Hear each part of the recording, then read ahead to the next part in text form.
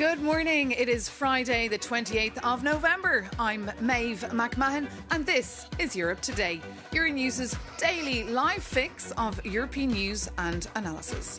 Coming up today, Vladimir Putin has said the outline of the US-Ukraine peace plan could serve as a basis to end the war in Ukraine, but the country would have to give up territory.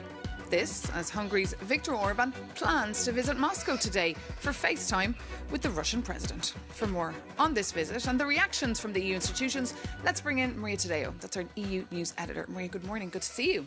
Good to see you. Look, is Viktor Orbán giving the middle finger here to Brussels? You are quite something today.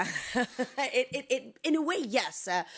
In more diplomatic terms, we could argue Orbán has put his country completely outside of this European consensus, right? His positions are radically different. He has maintained this relationship with Vladimir Putin. He continues to import Russian energy. Of course, he's also dead set against anything that has to do with Ukraine, whether you're looking at money for the budget, the military, and of course, Ukraine joining the European Union. And I should note that is really what's creating this enormous tensions here in Brussels, because decision making is unanimous. But if we look at today, this meeting, two big topics on the agenda. One is Ukraine. Orbán is very much aligned with this idea that Ukraine cannot win militarily, so therefore it needs a deal. I remember he also threw the Europeans completely under the bus when he met Donald Trump, saying they are the problem. They want war. So that's one issue. And then the other one, of course, is energy. Remember, the Hungarians have negotiated an exemption to import Russian oil. Viktor Orbán said yesterday this is about now securing the supply for this winter and next. And Maeve, we have to see all of this in the context of the April election. For Orbán to bring down the cost of living, this is crucial. It's instrumental. It's a tight campaign. The opposition says he has wrecked the economy, that the government is corrupt, and very tough allegations. So he needs to get this energy matter solved, looking into that vote. But it makes it look the EU very disunited, doesn't it? And when it comes to European consensus, we had a very candid interview yesterday with the former foreign minister of Ukraine. Fill us in.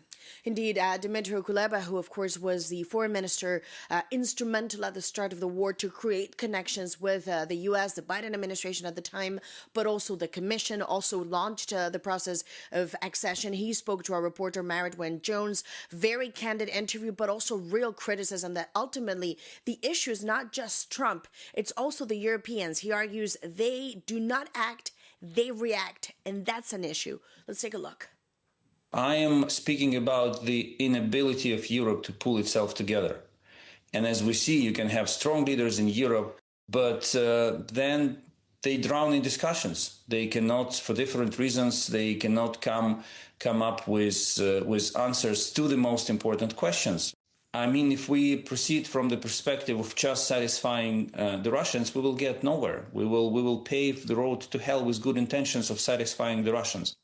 Dmytro Kuleba there, and you can catch the rest of that interview, of course, on Euronews or euronews.com. Maria Tadeo, thank you so much for that update. And for more on that story, we can actually go now to Kyiv and bring in the EU ambassador to Ukraine, Katerina Mathernova. Good morning, Ambassador. Lovely to see you here this morning on Euronews. Thank you so much for speaking to Europe Today. Look, Brussels was blindsided by the US Moscow plan for Ukraine. Did you know about it?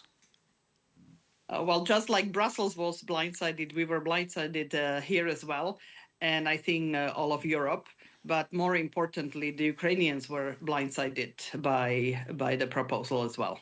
So what can Europe do here? I mean, you saw a snip of that interview there from the former Minister Kuleba. How can Europe prevent unjust peace in Ukraine? And what happens if it fails? Well, I think that very important is to move on the Russian frozen assets. That's what the Commission presented as the three potential avenues, how to secure money for Ukraine, which would send an important signal not only to Ukraine, but to Russia as well, that Europe will stay with Ukraine. And you also have very active discussions in the coalition of the willing format. And indeed, sanctions and deliveries and support to the Ukrainian armed forces and the defense industry are all critical. You ask what would happen if it doesn't take place. I think the stakes are very high. And not only for Ukraine, but for all of Europe. And how do Ukrainians feel themselves? Do they feel that Brussels is doing enough? I mean, it's the winter now. What is daily life even like there? Well, look, it's getting cold. It's mild right now, but in the next few weeks it will get cold. And already now we have, even in Kiev, multiple hours of blackouts. Last weekend there were blackouts up to 21 hours a day. And blackout doesn't mean only no light, but no heat and no water in many of the buildings where you need electricity to distribute heat and water. And I think that they're very exhausted with the war. They're very exhausted with the conditions, and they would very much hope that everybody supports them faster and stronger. And they're exhausted. But meanwhile, today we see Hungary's Viktor Orbán in Moscow. How can the EU speak with one voice if one EU leader is sleeping with the enemy? Well, I think this is the DNA of European Union is consensus. So we need to work harder to make sure that the consensus is. So far, for example, we have been able to agree unanimously on 19 packages of sanctions. So consensus is possible, but sometimes it's pretty hard. Okay, Ambassador Maternova, thank you so much for speaking to us this morning live from Kyiv. See you very soon again. Thank you very much. But now, coming up, we'll be joined by another European woman on the front line. Catherine de Bolle is the Executive Director of the EU law enforcement agency Europol. Originally from Belgium, she was previously the Chief Commissioner of the Belgian Federal Police, and now she coordinates European efforts to crack down on huge challenges from drug trafficking to terrorism, cybercrime to human trafficking. So Catherine de Bolle, welcome to Europe Today. Thank you. Thank you so much for joining us. It's great to meet you and have you here with us. Firstly, just on Ukraine, which is, of course, a big story for us here at Euronews this week. You discovered recently that 654 members of Russian mercenary groups like Wagner were committing war crimes in Ukraine.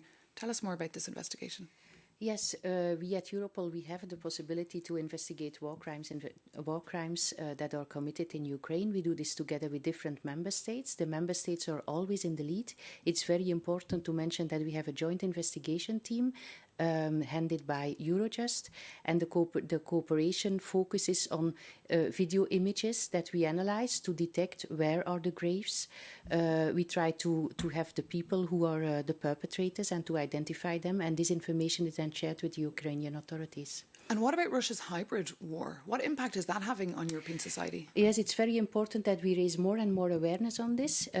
We work together with also member states in that. Europol is responsible when a crime is involved. So we have a lot of sabotage in the European Union. We have a lot of drones flying over and disturbing, in fact, the normal economic life of a lot of countries and cities. And for that, it's important that we have a good view on what is happening, where are the crimes, and that we connect the information that is available in different countries so that we can have a good view and that we can take countermeasures, in fact. And let's talk about another war, the war on drugs. I mean, is Belgium becoming a narco state, do you think, and what can be done? In the European Union, we are on top of it. It's a priority for all the countries. It's not only Belgium, it's also in the whole of the European Union we are confronted to cocaine. What we see is that since every country recognizes this as a key priority to fight, there is more spread of drugs import. It's not only the harbours of Antwerp, Rotterdam and Hamburg anymore. We see that more and more harbours in European Union are used by criminal gangs to have their drugs on the European soil. Belgium and, in fact, Brussels, the de facto EU capital, is taking the headlines for the number of shootings. There were 60 shootings this year. Yes, we see that the shootings are increasing in the whole of the European Union. And that is also very important that we put all this information together with the different shootings in the different countries, and that we try to dismantle the networks behind that are responsible to this. And Belgium makes a lot of efforts in that. But it's hard when you've got a city like Brussels with so many different police zones. I mean, it's time for them to unite, do you think? It's a priority for the government to unite the police zones, so they are working on that, and I believe they will succeed. Yeah. And has information sharing improved in the last few years since the Brussels terrorist attacks? Oh, it improved a lot. We see that now in Europol we support 4,000 cases a year. When I started at Europol, it was about 1,500. So we see that there is a real recognition that we need to work more and more together when we talk about police work, when we talk about information exchange, and there is a lot of understanding that countries, they consider themselves not in a possibility anymore to fight all these crime areas alone anymore. So we see an increase of serious and organized crime gangs and networks on the European soil. We did make a report on the most threatening criminal networks in the European Union, and then together with member states we define what are we going to do, which country is going to do what, and what is the expertise Europol will do. So we have a lot of decryption capabilities at Europol. Yeah. We have a lot of experts in cryptocurrencies. We have experts in blockchain. We have financial investigations that we always take on board when we start investigating a criminal network. And is that enough to fight against online grooming, for example? Online grooming is an issue, and I am very concerned about the young people in the European Union because criminal gangs, terrorists, and also sexual offenders, they always try to reach out via the digital environment to young people. So that is really an area of concern for the future. Okay, you certainly got your hands full there at yes. Europol. Yes. Catherine de Bulla, thank you so much for being our guest today on Europe Today.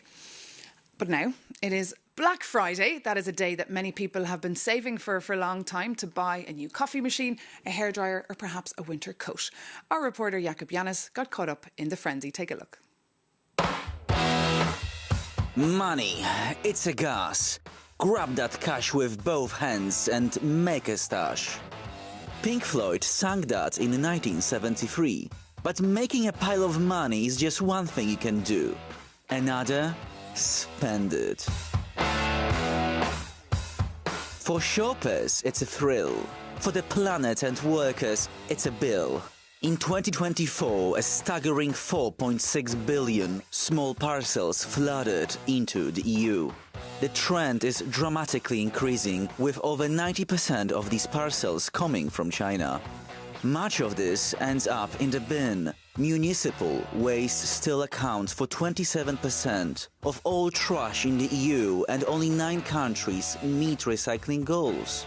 On top of that, it is estimated that a third of waste shipments to developing countries are illegal. And workers are pushing back.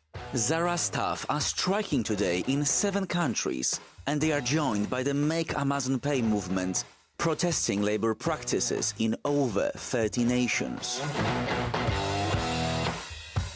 Buying is great for the economy. It creates jobs and generates tax revenue. But when the vast majority of packages come from one country, you have to ask, whose economy we're actually boosting? Happy Black Friday. Just remember to check the label today. Jakub Janis there with his tips on how to have a smarter Black Friday. And for more on that story or any other stories we're covering, do visit Euronews.com or download our app. You can also sign up to our brand new newsletter by Mary Gwynne Jones, Europe Today. Thank you so much for tuning in. That was our 5th ever episode of Europe Today. Let us know how we're doing. You can write to us at europetoday@euronews.com. We'd love to get your feedback. Now we're taking a little break for the weekend, but we will be back Monday morning, bright and early here on Euronews. So see you then, and thank you so much for watching.